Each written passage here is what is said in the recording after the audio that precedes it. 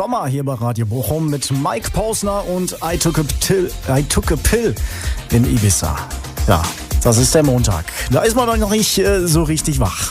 Auf jeden Fall hören Sie Radio Bochum. Und wenn man Michael Krieger heute sieht, dann kann man eigentlich gar nicht glauben, dass der Mann mal ein richtiger wilder Fan war. Aber der Bochumer war nicht nur der Chef des offiziellen Beatles-Fanclubs in Deutschland. Michael Krieger hat in den 70ern auch die Bekanntschaft einer Dame gemacht, die in Beatles-Fankreisen sowas wie eine Heilige ist. John Lennons Tante und Ersatzmutter. Die hat ihm Zutritt zu der Villa gewährt, die ihr berühmter Sohn ihr geschenkt hat. Geschafft hat er das, weil er sie angelogen hat, wie Tom Gärtmann herausgefunden hat. War ein wahnsinniges Glück.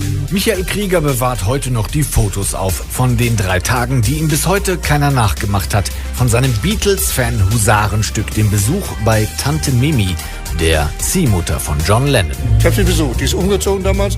John sagte, die Liverpooler Zeit ist jetzt abgegolten. Er hat genug Geld. Er hat eine Villa gekauft in Südengland, in Poole, Sandbanks Ferry genau genannt. Und dann hatten wir das Glück gehabt, dass wir sie besuchen durften. Ja, der gute John.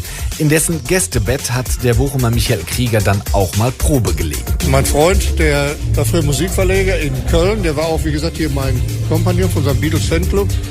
Und er sagte, er hat eine Fahrt unternommen an der Südküste von England. Da hätte der Reiseleiter gesagt, hier und hier wohnt die Tante Mimi, die Tante von John. Das lief mir keine Ruhe. Hat gesagt, da müssen wir unbedingt hinfahren.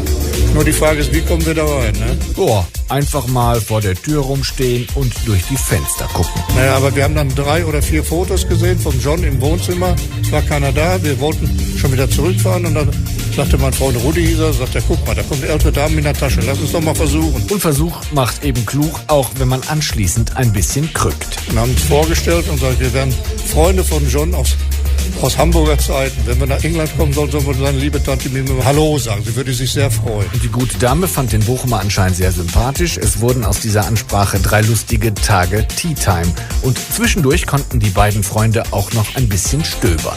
Die goldenen lagen in den Schränken. Das war Wahnsinn, das war ein Traum. Das glaubt heute einem keiner. Ich sage, wenn nach Deutschland kommt, das glaubt dir keiner, wenn ich die Beweise nicht mitbringe. Ne? Die Beweise hat Michael Krieger dabei. Wer sie sehen will, muss zum Stammtisch der Ruhrgebietels kommen. Da hat er sie mir gezeigt. Tom Gärtmann, Radio Bochum.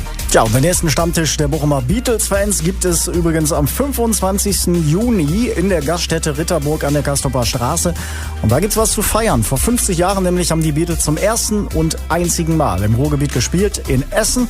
Ja, durch Bochum sind sie nur mit dem Zug durchgefahren. Ist ja auch schon was. Jetzt! Neu, Mike Posner, I Took a Pill.